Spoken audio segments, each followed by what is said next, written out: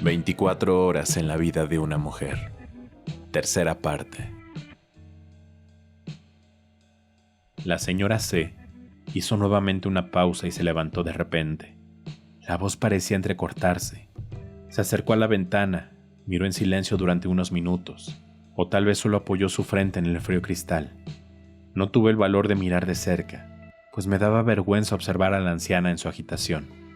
Así que me senté en silencio, sin preguntar, sin hacer ruido, y esperé hasta que ella regresó con un paso tenue y se sentó nuevamente frente a mí.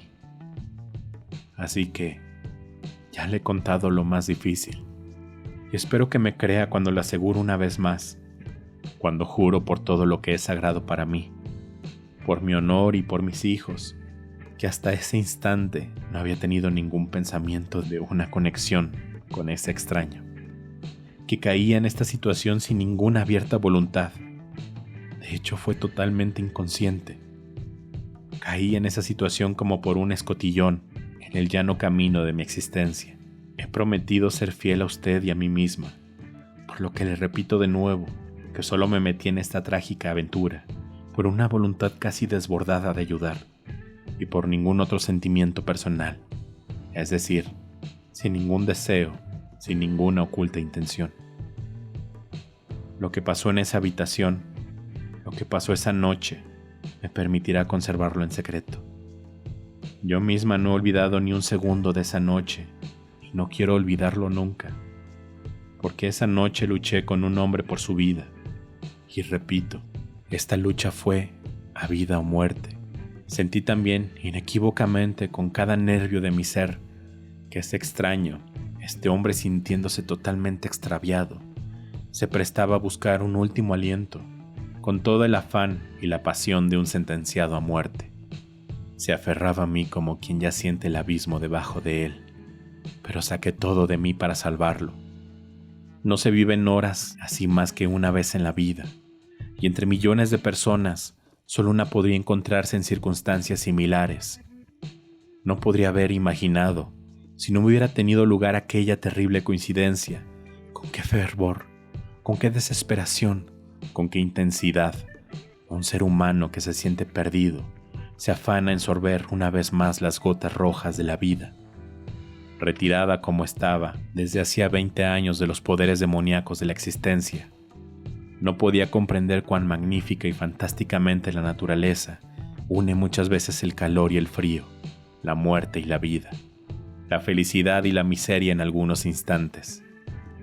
Y esta noche estuvo tan llena de lucha y de conversación, de pasión y de cólera, de odio y de lágrimas, de encantamiento y de embriaguez, que me pareció que duró 1000 años. Y nosotros dos, hundidos en el abismo, desorientados, uno anhelando la muerte, el otro inconsciente de lo que vendría, salimos de aquel tumulto mortal, diferentes, completamente transformados, con otros sentidos y otros sentimientos. Pero no quiero hablar de eso. No puedo ni quiero describirlo. Pero debo contarle sobre un insólito minuto por la mañana. Me desperté de un sueño plomizo, de la profundidad de una noche desconocida. Tardé mucho en abrir los ojos, y lo primero que vi fue un techo extraño sobre mí. Y luego, al recorrer la mirada, una habitación desagradable, desconocida, a la que no sabía cómo había entrado. Al principio me convencí de que aquello era todavía un sueño más ligero y transparente que el otro tan turbio y confuso del que había salido. Por las ventanas ya entraba la luz del sol, penetrante e inconfundiblemente real.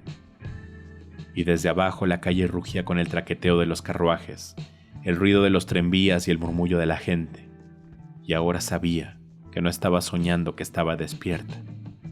Me enderecé, y cuando volví la mirada a un lado, vi, y nunca podré describir mi horror, vi a mi lado un desconocido, un extraño semidesnudo.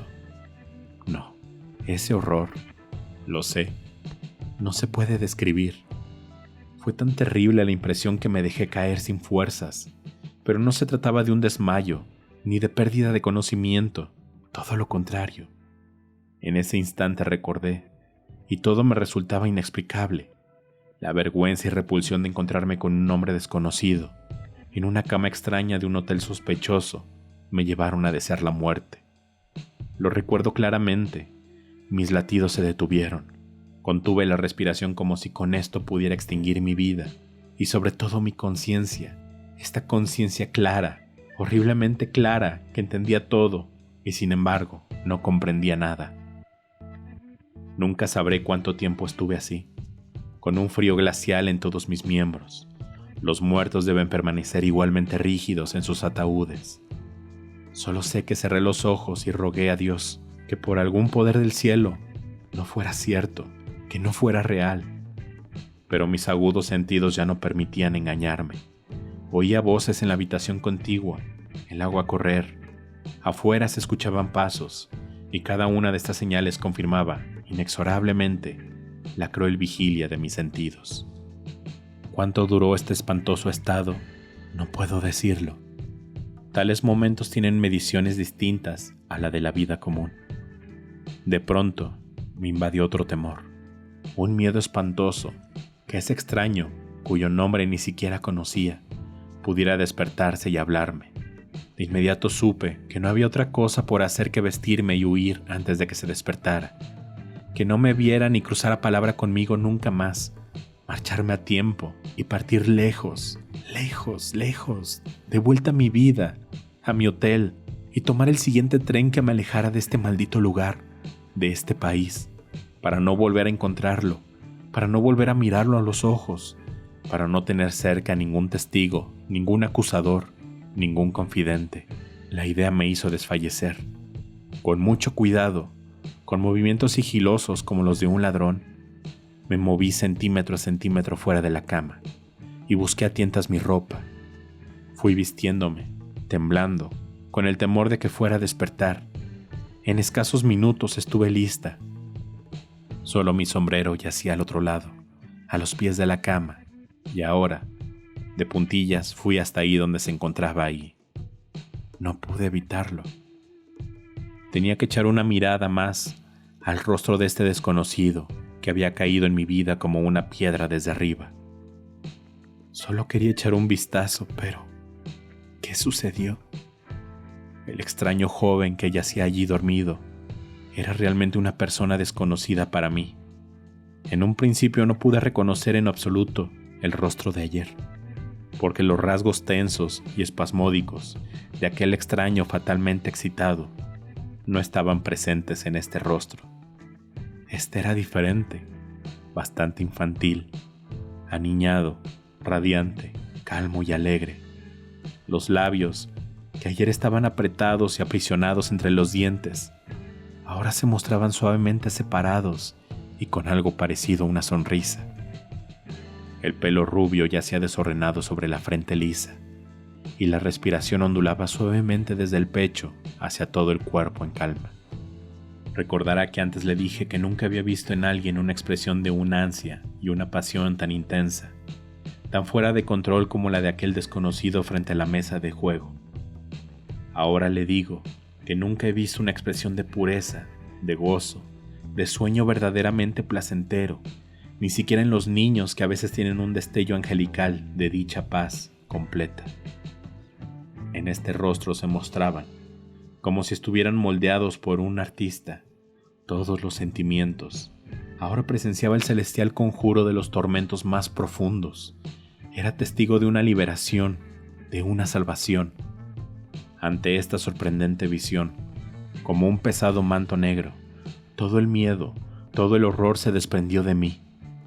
Ya no estaba avergonzada, no, casi estaba feliz. Lo terrible, lo incomprensible, había cobrado de pronto sentido para mí. Me regocijé, me sentí orgullosa al pensar que este joven, hermoso que yacía aquí sereno y quieto como una flor, probablemente sin mi devoción, habría sido encontrado, ensangrentado, con el rostro estallado, sin vida, con los ojos pavorosamente abiertos en alguna ladera rocosa. Pero no, yo lo había salvado, y ahora miraba, no puedo decirlo de otra manera, con una mirada maternal a este joven dormido, al que nuevamente, más dolorosamente que a mis propios hijos, había dado la vida. Y en medio de esta habitación sucia y pestilente, en este asqueroso y grasiento hotel ocasional, me invadió, por muy ridículo que lo parezca, un sentimiento como de una iglesia, una sensación de beatitud, de asombro y santificación. Desde el instante más aterrador de toda mi vida, nació otro fraternalmente intenso, la ocasión más emotiva y luminosa. ¿Hice algún movimiento brusco? ¿Había dicho algo involuntariamente? No lo sé, pero de repente el hombre abrió los ojos, miró a su alrededor con asombro, al igual que yo antes. Ahora parecía salir con dificultad de una tremenda oscuridad y confusión. Su mirada recorrió con esfuerzo la extraña y desconocida habitación, y luego se posó en mí con asombro.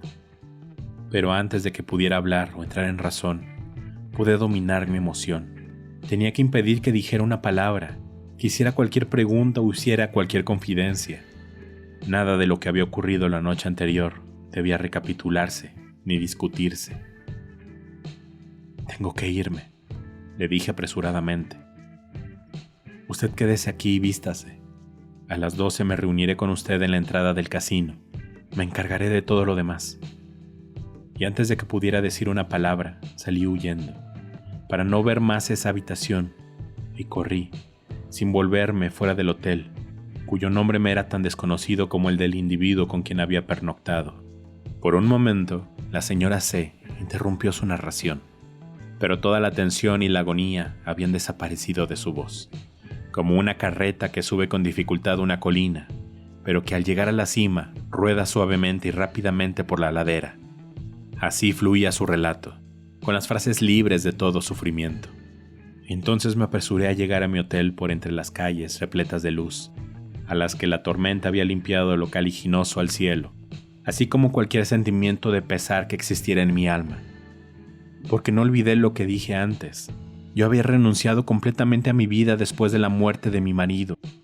Mis hijos no me necesitaban. Yo no me quería a mí misma. Y una vida así, sin propósito, es un error. Ahora, por primera vez, una tarea había recaído inesperadamente en mí. Había salvado a un ser humano. Había echado mano de todas mis fuerzas para evitar que se quitara la vida. Solo quedaba algo por resolver. Sin embargo, eso se haría a su debido tiempo. Así que corrí a mi hotel. La mirada de asombro del portero por el hecho de que recién llegaba a las 9 de la mañana no me importó. Ni la más mínima vergüenza, ni ninguna molestia por lo que había sucedido alteraron mi disposición. Lejos de eso, una súbita sensación de bienestar y excitación fluían cálidamente por mis venas, como si de pronto volvieran a mí el entusiasmo y la razón de vivir. En mi habitación me cambié rápidamente de ropa. Me quité inconscientemente, solo me di cuenta después, el vestido de luto para cambiarlo por otro más ligero. Fui al banco a sacar dinero. Me apresuré a ir a la estación para informarme sobre la salida de los trenes. Con una determinación que me resultaba asombrosa, conseguí solventar otros pendientes y cosas insignificantes. Ahora no me quedaba más que finiquitar la partida y la salvación absoluta de aquel que el destino había colocado frente a mí. Hay que reconocer que esto requería fuerza al momento de nuestro encuentro, porque todo lo de ayer había sucedido en la oscuridad, en un torbellino, como cuando dos piedras, arrancadas por un torrente, se estrellan entre sí. Apenas nos conocíamos cara a cara, es más, ni siquiera estaba segura de que aquel desconocido me reconociera.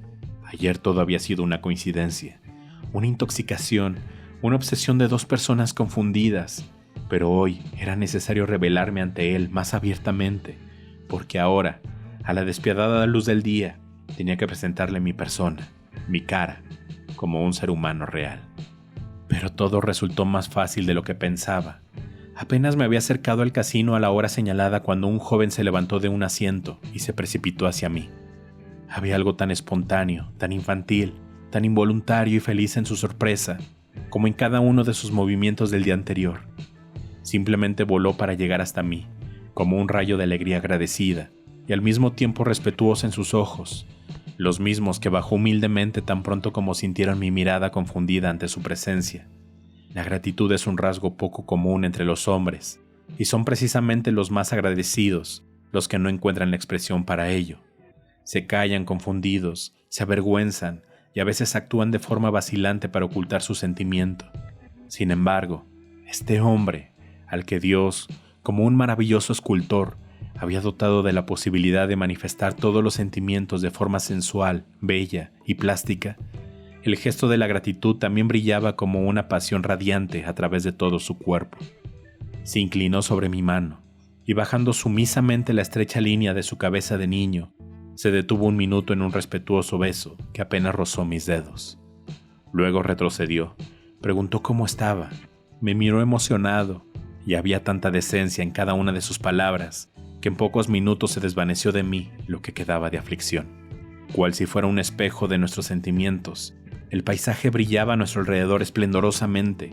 El mar, que ayer se había agitado con furia, yacía tan inmóvil, quieto y brillante, que cada blanco guijarro del fondo quedaba expuesto ante nuestra mirada. El casino, esa caverna demoníaca, lucía primoroso y brillante bajo el cielo claro, y ese kiosco, cuyo abrigo fue tan providencial mientras caía la súbita y torrencial lluvia de ayer, se había transformado en una florería que era atendida por un joven con una blusa de colores brillantes, donde los ramos de flores blancas, rojas, verdes y de colores se amontonaban en un desorden abigarrado. Le invité a comer en un pequeño restaurante. Allí me contó la historia de su trágica aventura. Fue toda una confirmación de mi primera corazonada, cuando vi sus manos temblorosas y tensas sobre la mesa de cubierta verde. Procedía de una antigua familia noble de la Polonia austriaca. Estaba estudiando la carrera diplomática en Viena y había aprobado su primer examen hacía un mes con un éxito extraordinario. Para celebrar ese día, su tío, un oficial superior del Estado Mayor con el que vivía, lo invitó al hipódromo. El tío, que era bueno para el juego, ganó 3 veces seguidas, y con el fruto de su buena fortuna fueron a cenar a un restaurante elegante. Al día siguiente, como recompensa por el éxito del examen, el diplomático en ciernes recibió de su padre una suma de dinero igual a su asignación mensual. 2 días antes, esta suma le había parecido grande, pero ahora, después de la facilidad de la ganancia, le parecía mínima e insignificante. Así que volvió a ir a las carreras de caballos, apostando salvaje y apasionadamente, y su suerte, o más bien su desgracia, quiso que saliera de ahí con el triple de la ocasión anterior. Y ahora se había apoderado de él un frenesí por el juego, y a veces en las carreras, a veces en los cafés o en los clubes, lo que le alejaba del estudio, le consumía su tiempo, sus nervios y sobre todo su dinero. Ya no era capaz de pensar, ni de dormir tranquilamente, ni mucho menos de controlarse. Una vez por la noche, al volver a casa del club donde lo había perdido todo, encontró un billete olvidado y arrugado en su chaleco mientras se desvestía. No le duró nada. Se vistió de nuevo y deambuló hasta que encontró en una cafetería a un par de jugadores de dominó, con los que estuvo hasta el amanecer. En una ocasión, su hermana casada le ayudó y pagó las deudas a los usureros, que gustosos daban crédito al heredero de una rica y noble familia. Durante algún tiempo, la suerte lo acompañó de nuevo, pero luego las cosas fueron inexorablemente cuesta abajo, y cuanto más perdía, más avariciosas eran sus ansias de revancha, y obligado por sus palabras de honor dejadas en prenda. Hacía tiempo que había empeñado su reloj y su ropa, hasta que finalmente ocurrió lo peor. Robó del armario de la vieja tía 2 valiosos butones que ella rara vez usaba. Empeñó uno de ellos por una gran suma, que el juego cuadruplicó esa misma tarde, pero en lugar de rescatar el empeño, se arriesgó y perdió. A la hora de su partida, aún no se había descubierto el robo, por lo que empeñó el segundo, y, siguiendo una repentina inspiración, viajó a Montecarlo, donde esperaba conseguir en la ruleta la fortuna que había soñado. Ya había vendido su maleta, su ropa, su paraguas. No le quedaba más que su revólver con 4 cartuchos y una pequeña cruz de su madrina, la princesa X, engastada con piedras preciosas, de las que no quería desprenderse.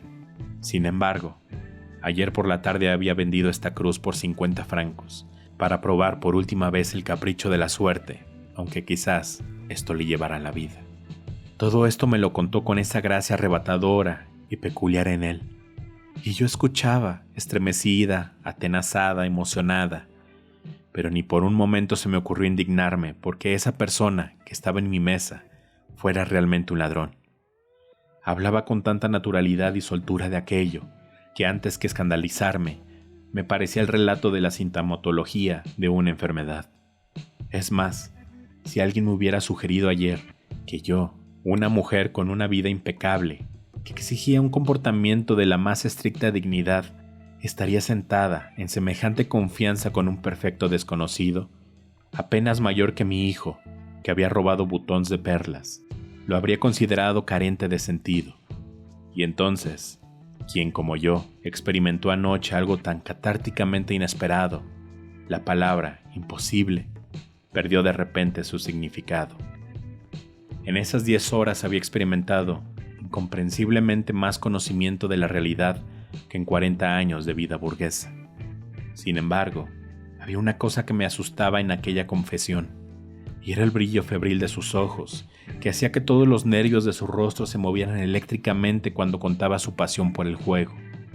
Incluso la reproducción le excitaba, y con terrible nitidez su rostro trazaba cada tensión con lujuria y agonía. Involuntariamente sus manos, esas maravillosas manos de articulaciones estrechas y nerviosas, al igual que en la mesa de juego, empezaron a convertirse de nuevo en criaturas depredadoras, perseguidoras y huidizas. Las vi, mientras narraba, temblar repentinamente desde las articulaciones, doblarse y apretarse entre sí con fuerza, para luego separarse y apretarse de nuevo. Y cuando confesó el robo, tuve un escalofrío. Hizo aspavientos dibujando el gesto de un ladrón tomando su botín. Vi los dedos saltar locamente a las joyas y tragarlas apresuradamente en el hueco del puño. Y con horror pasmoso, me di cuenta de que ese hombre estaba envenenado por su pasión hasta la última gota de sangre. Solo eso fue lo que me escandalizó de su historia. Esa lamentable esclavitud de una persona joven, lúcida y por naturaleza despreocupada, a una pasión tan fatal. Así que creí que mi primer deber era persuadir amistosamente a mi inesperado protegido, de que debía abandonar inmediatamente Montecarlo, donde la tentación era más peligrosa. Debía volver hoy mismo con su familia, antes de que se notara la desaparición de los Butón y se enterrara para siempre su futuro. Le prometí dinero para el viaje y el rescate de las joyas, pero solo a condición de que se marchara hoy y me jurara por su honor que no volvería a tocar una carta ni apostar nunca más. Nunca olvidaré la pasión de la gratitud, al principio humilde, luego gradualmente ardiente, con la que este extraño perdido me escuchaba. Cómo bebió mis palabras cuando le prometí ayuda, y de repente extendió ambas manos a través de la mesa para agarrar las mías, con un gesto inexpresable de adoración, a la vez que de honorable promesa. Había lágrimas en sus ojos brillantes, aunque un poco perdidos. Todo su cuerpo temblaba nervioso por la feliz excitación. Cuántas veces he intentado descubrir la expresividad única de sus gestos, pero no lo consigo, pues era una dicha tan extática y sobrenatural que difícilmente puede atribuírsele a un rostro humano. Esa expresión solo era comparable a aquella sombra blanca que, al despertar de un sueño, cree uno ver cual si fuera el rostro de un ángel que se disipa. ¿Por qué ocultarlo? No podía soportar esa mirada. La gratitud te hace feliz porque rara vez la experimentas visiblemente. La ternura te hace bien. Y para alguien como yo, comedida y fría, esa exuberancia significaba una novedad agradable, incluso feliz. No era solo esa persona sacudida y derrotada. También el paisaje se había serenado mágicamente después de la lluvia de ayer. De forma gloriosa, al salir del restaurante, el mar, completamente en calma, resplandecía bajo el vuelo de las gaviotas que resaltaban en el azul del cielo. Conoce bien usted el paisaje de la Riviera. Siempre parece hermosa, aunque plana como una postal. Mantiene una belleza dormida y lánguida que se deja tocar con ecuanimidad por cada mirada. Una hermosura casi oriental en su imperturbable y espléndida disposición. Pero a veces, muy pocas veces, esta belleza se levanta, estalla, se aviva, en que grita imperativa, revestida con colores vibrantes y encendidos, en que derrama victoriosamente sus encantos multicolores y arde en sensualidad.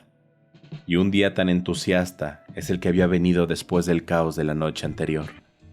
Las calles lucían blancas, refulgentes, recién lavadas por la lluvia.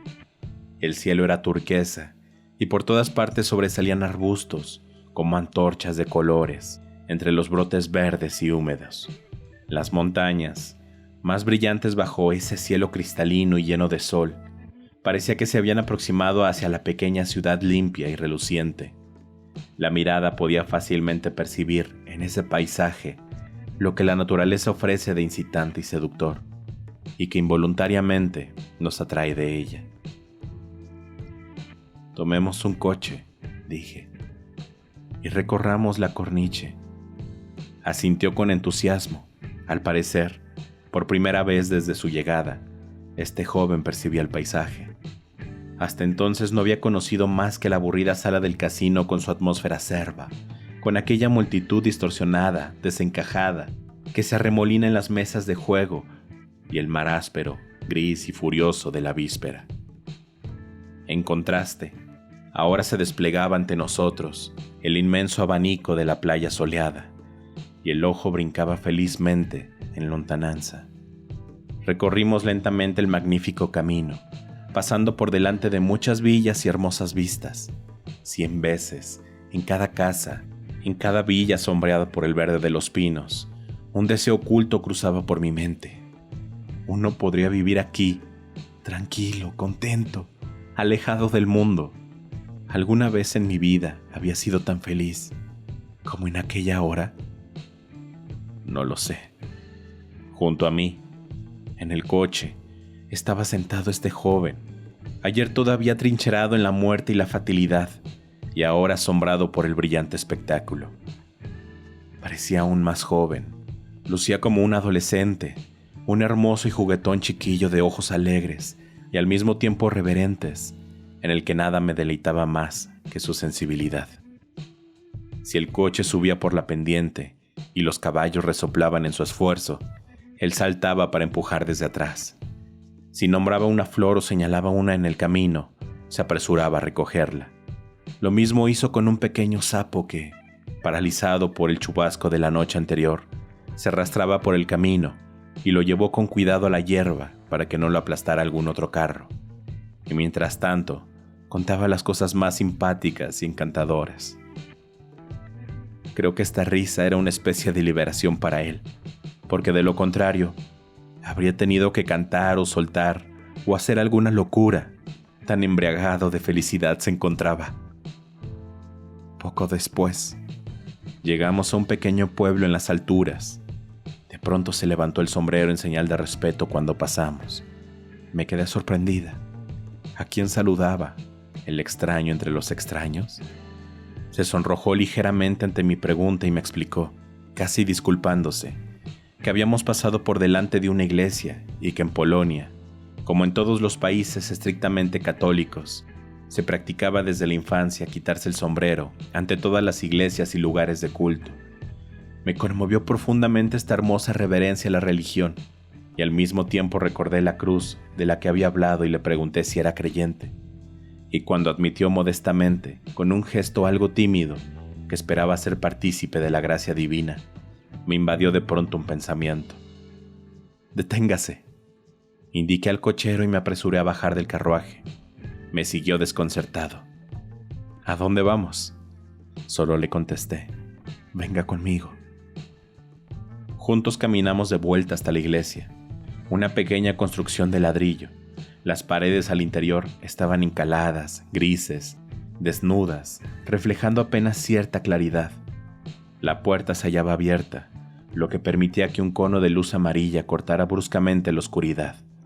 Las sombras rodeaban un pequeño altar que brillaba con un tono azulado. 2 velas ardían con su luz velada en la penumbra embebida de incienso. Entramos. Él se quitó el sombrero, metió la mano en la pila de agua bendita, se persignó y dobló la rodilla. Y apenas se levantó, lo sujeté y dije, «Vaya y arrodíllese frente al altar o alguna imagen que para usted sea sagrada y haga la promesa de la que le hablé antes». Me miró, asombrado, casi asustado, pero comprendiendo rápidamente, se dirigió a un nicho, hizo la señal de la cruz y se arrodilló obedientemente.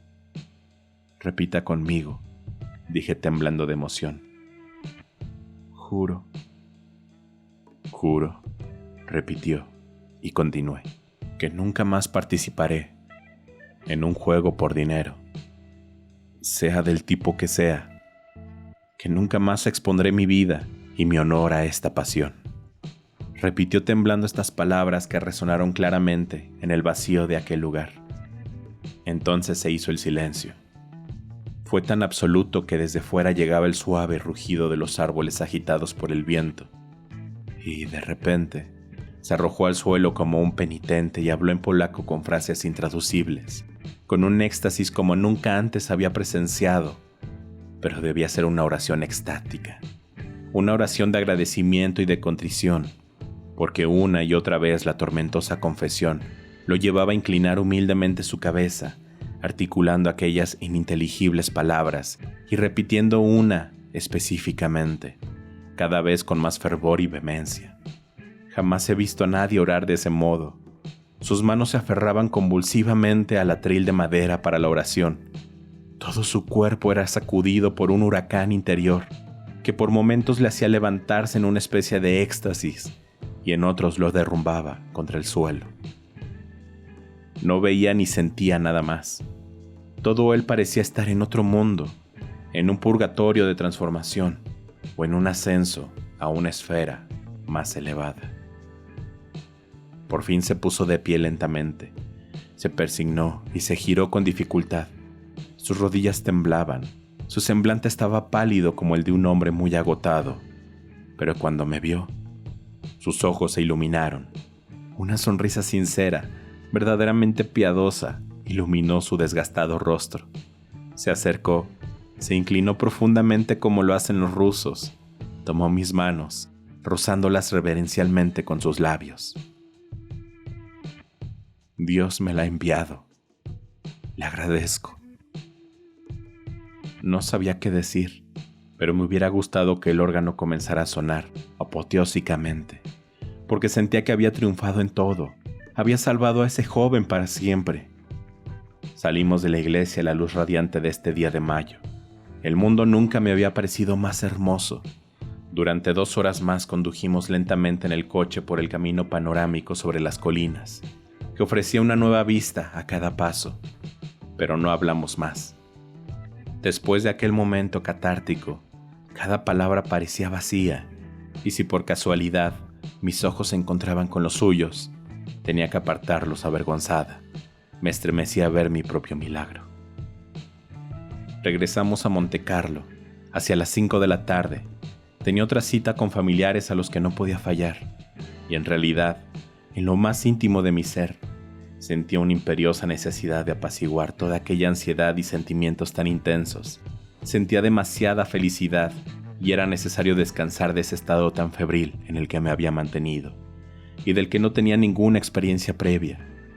Así que le pedí a mi protegido que viniera un momento a mi hotel. Allí, en mi habitación, le di el dinero para el viaje y el rescate de las joyas de su tía. Acordamos que él compraría el billete mientras yo asistía al compromiso. Luego nos encontraríamos por la tarde, a las 7, en el vestíbulo de la estación, media hora antes de que el tren a Génova lo llevara a su casa. Cuando le entregué los 5 billetes, sus labios se pusieron lívidos. «No, sin dinero, nada de dinero», balbuceó entre dientes, mientras sus manos temblaban nerviosas y erráticas. «No, dinero no puedo verlo», repitió de nuevo, como si le invadiera físicamente el asco o el miedo, pero calmé su vergüenza, confirmándole que solo era prestado y que, si sentía la necesidad, podía firmarme un pagaré. Sí, un pagaré», murmuró. Desvió la mirada sin mirar, arrugó y guardó los billetes en su bolsillo. Después escribió unas palabras en una hoja de papel con la mirada perdida. Cuando levantó la vista, tenía la frente empapada en sudor. Algo parecía ahogarle desde dentro, y en cuanto extendió el papel hacia mí, intempestivamente, produciéndose un gran sobresalto, cayó de rodillas y besó el dobladillo de mi vestido. Fue un gesto indescriptible. Todo mi cuerpo temblaba por lo intensa de la situación. Un extraño escalofrío me recorrió. Estaba tan aturdida que apenas pude musitar. Me siento conmovida por su gratitud, pero por favor, váyase ya. Por la tarde, a las 7, en el vestíbulo de la estación nos despediremos. Él me miró, conmovido. Por un momento pensé que quería decir algo. Por un momento me pareció que quería abrazarme, pero de pronto volvió a hacer una profunda reverencia y salió de la habitación. La señora C volvió a interrumpir su relato. Se levantó y se dirigió a la ventana, y ahí permaneció, inmóvil, mirando el exterior durante mucho tiempo. En el translúcido reflejo de su cuerpo pude percibir cierto temblor. Hasta entonces, tranquilas y despreocupadas, hicieron un movimiento violento, como si quisieran desgarrar algo.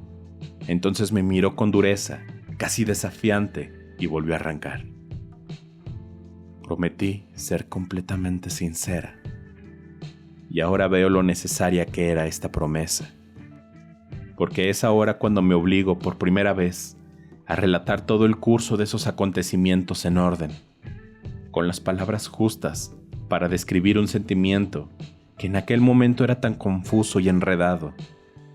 Solo ahora comprendo con claridad muchas cosas que entonces no sabía, o quizá no quería saber. Y por eso quiero ser franca conmigo misma y con usted. Quiero decir la verdad con firmeza y decisión. En ese momento, en ese segundo en que el joven salió de la habitación y me quedé sola, algo parecido a un vértigo me invadió. La sensación de haber recibido un duro golpe en el corazón. Algo me había herido mortalmente, pero no sabía, o me negaba a saber, porque aquella actitud conmovedoramente respetuosa de mi protegido me hirió tan dolorosamente.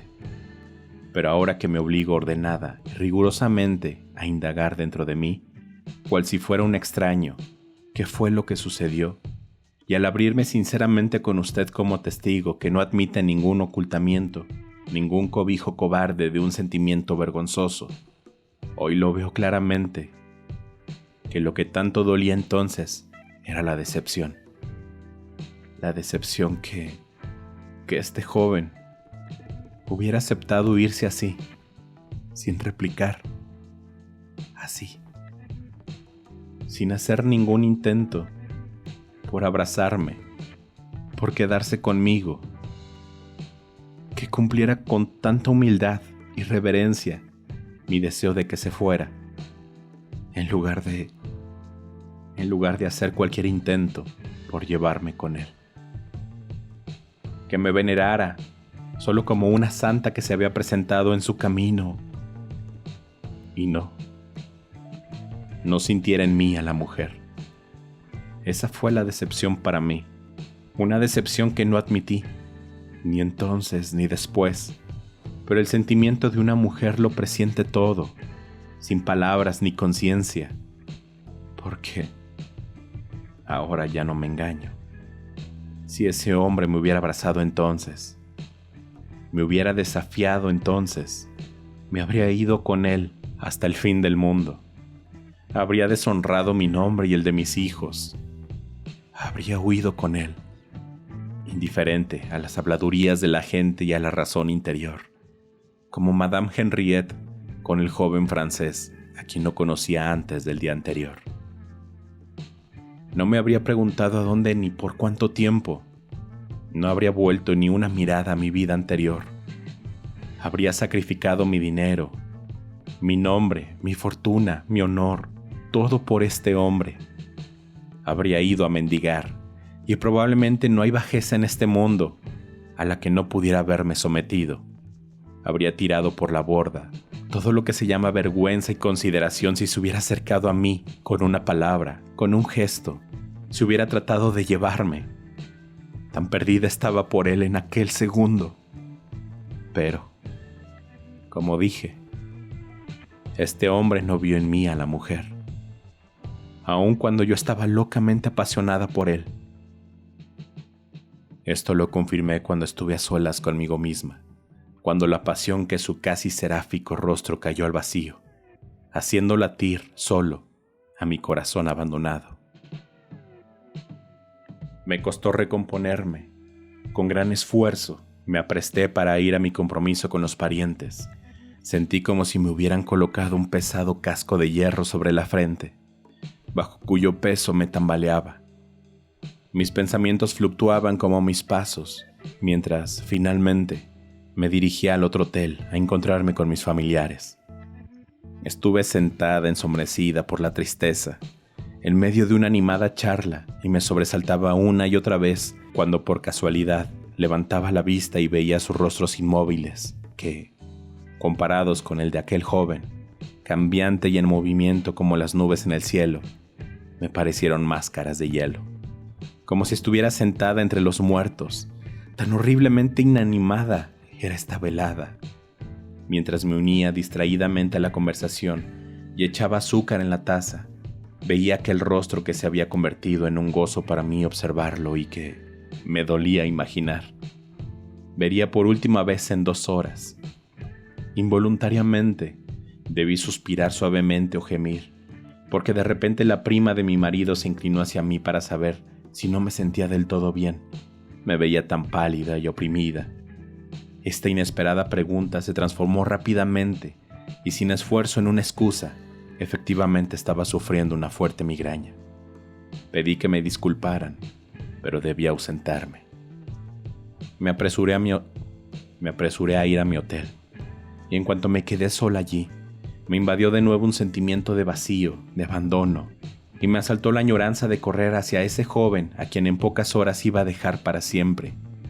Iba de un lado a otro de la habitación, abría las gavetas, cambiaba de vestido y de sombrero, y me miraba en el espejo con cada nuevo atuendo, con la esperanza de que, con esa vestimenta, conseguiría atraer las miradas de aquel joven. Y de pronto lo entendí. Debo hacerlo todo para no dejarlo ir. Y esta decisión fue tomada por impulso en un segundo.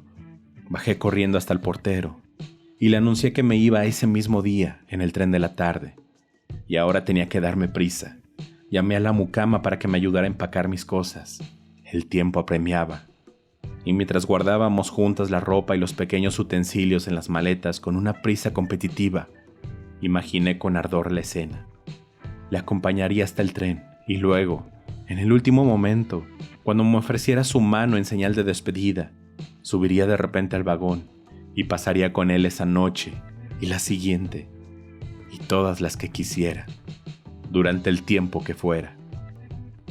Una especie de frenesí entusiasta fluía por mis venas.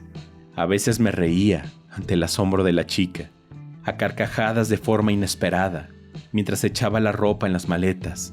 Mis sentidos estaban desaforados. Y cuando el mozo vino a buscar las maletas, lo miré con extrañeza.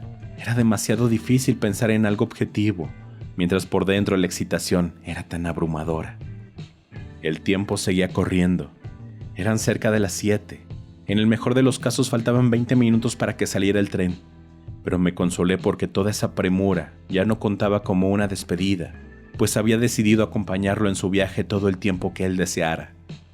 El criado se llevó las maletas por delante. Yo me apresuré a ir a la caja del hotel para liquidar mi cuenta. El gerente ya me estaba dando el recibo y estaba por salir, cuando una mano me tocó suavemente el hombro.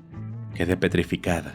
Era mi prima que había venido a ver cómo estaba, alarmada por mi supuesta indisposición. Mis ojos se oscurecieron. No podía atender la hora.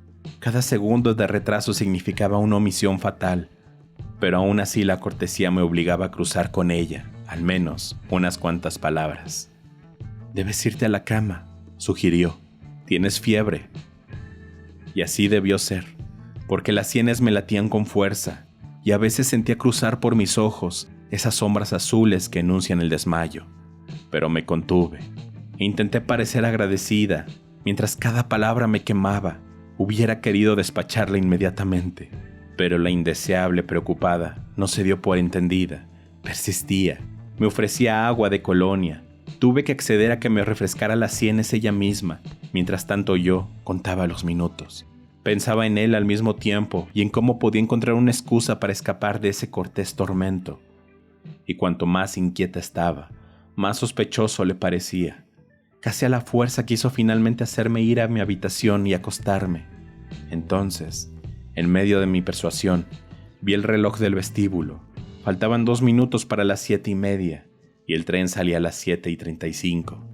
Y bruscamente, como una bala, con la brutal indiferencia de una mujer desesperada, extendí la mano a mi prima. «Adiós, tengo que irme». Y sin importarme su estupefacción, sin mirar atrás, pasé furiosamente por delante de los asombrados sirvientes del hotel y salí por la puerta, hacia la calle y hacia la estación. Por la excitada gesticulación del mozo que estaba allí esperando con mi equipaje, me di cuenta de que ya debía ser la hora.